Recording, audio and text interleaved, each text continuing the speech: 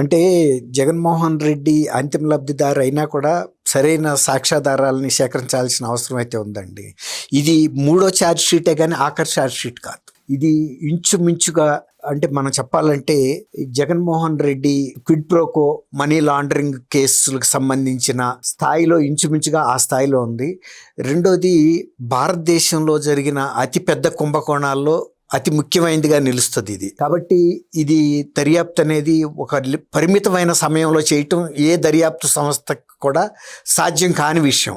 ఎందుకంటే ఈ లింకులు విదేశాలకు కూడా వెళ్ళిపోయినాయి. ఈ డబ్బు దాన్ని అనేక రూపాల్లో అక్కడ పెట్టుబడులుగా మార్చుకున్నారు. దాని మీద విచారణ తర్వాత ఇందులో ఇన్వాల్వ్ అయిన వాళ్ళందరూ కూడా ప్రముఖులే.